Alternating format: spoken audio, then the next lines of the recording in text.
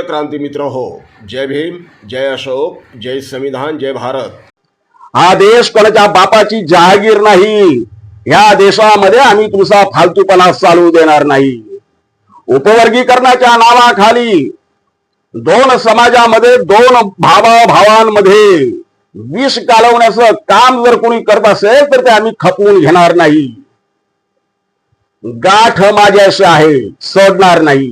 जो कोणी आंबेडकर वाद्यांमध्ये फूट पाडण्याचं काम करत असेल, जो कोणी बौद्ध आणि मातंगांमध्ये फूट पाडण्याचं काम करत असेल, त्या हरेक शक्तीला मी जाहीरपणे चेतावणी देतोय, खबरदार वाट्याला जाल तर, खबरदार छेड काढाल तर गाठ माझ्याशी आहे। मित्रांनो, हा इशारा विश्वरत्न डॉक्टर बाबासाहेब आंबेडकरांचे उच्च विद्याविभूषित नातू सरसेनानी आनंदराज आंबेडकरांनी दिला आणि संपूर्ण महाराष्ट्रामध्ये एक खळबळ माजली आणि जे झोपी गेलेले होते ते देखील जागे झाले।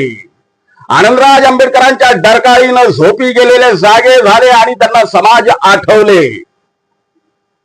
जे कालपर्यंत उपवर्गीकरणाच्या नावावरती उपवर्गीकरणाच्या राजकारणामध्ये तोंडातून ड्रग काढायला तयार नव्हते, ते रामदास आठवले सुद्धा आता मैदानात आले।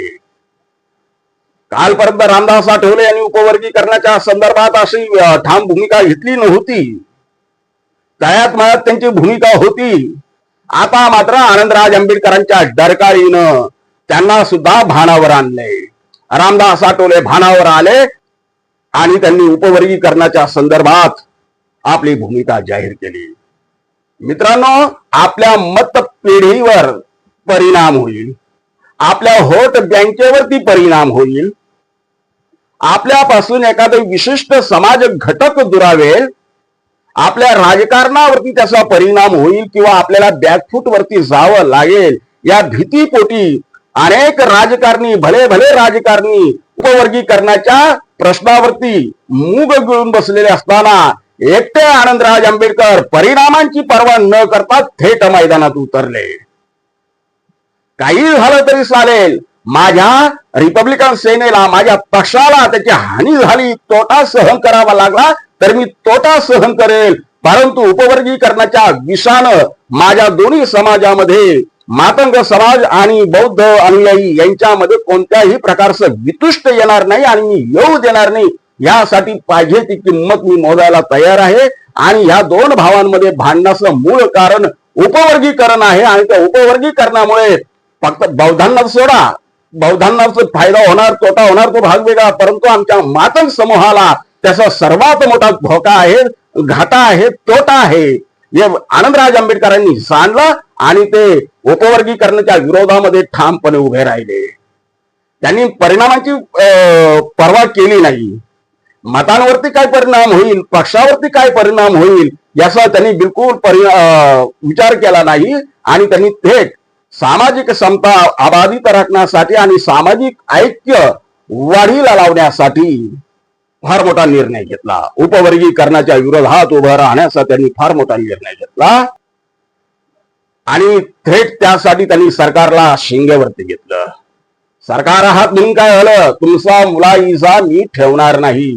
जर माझ्या समाजाच्या हिताच्या विरोधात, माझ्या समाजाच्या विकासाच्या विरोधामध्ये कोणतंही सरकार, महाशक्ती येत असेल तर त्या महाशक्तीला, त्या सरकारला पायाखाली चिरडून मी पुढे जाणार आणि सामाजिक न्यायाचा एक व्यापक लढा उभा करणार। त्यासाठी अशा हजारो सत्ता मी कुर्बान करतो, त्यासाठी अशा हजारो सत्ता मी कुर्बान करतो। मला सत्तेची कालही पर्वा नव्हती, मला सत्तेची आजही पर्वा नाही। आंबेडकर नाम ही काफी है, आंबेडकर नाम ही काफी है। मी बाबासाहेबांचा नातू आहे, मी बाबासाहेबांचा नातू। हे कोणत्याही समाज घटकावरती अन्याय अत्याचार होता कामा नये या भूमिकेमध्ये मी आहे आणि मी राहणार। भले माझ्या पक्षाला त्याच्यासाठी काही नुकसानही भोगावं लागलं हरकत नाही, पण समाजाला त्याचा कोणत्याही प्रकारचा नुकसान होता कामा नये यासाठी मी मैदानात उतरलोय। बौद्ध आणि मातंगांमध्ये कोणत्याही प्रकारचं वितुष्ट येणार नाही, त्यांचं सामाजिक ऐक्य अबाधित राहील यासाठी मी मैदानात उतरलोय। असं जाहीरपणे ज्या वेळेला आनंदराज आंबेडकरांनी सांगितलं, हा देश कोणाच्या बापाची जहागीर नाही असं ठणकावलं आणि भले भलेंना जाग आली. रामदास आठवलेंना ही जाग आली. रामदास आठवले खडबडून जागे झाले आणि उपवर्गीकरणाच्या संदर्भात त्यांनी थातूर नातूर का होईना आपली भूमिका जाहीर केली. यही नसे थोडके. इतरांनाही जाग येईल, इतरही मैदानात येतील ही अपेक्षा करायला हरकत नाही. जय भीम. प्रिय क्रांती मित्र हो, भीम पॅन्थर या आपल्या हक्काच्या यूट्यूब चॅनलला कृपया सबस्क्राईब करून आम्हाला विषमतावादी शक्तींच्या विरोधात लढण्यासाठी बळ द्या, शक्ती द्या, ऊर्जा द्या. कमेंट करा, लाईक करा, शेअर करा.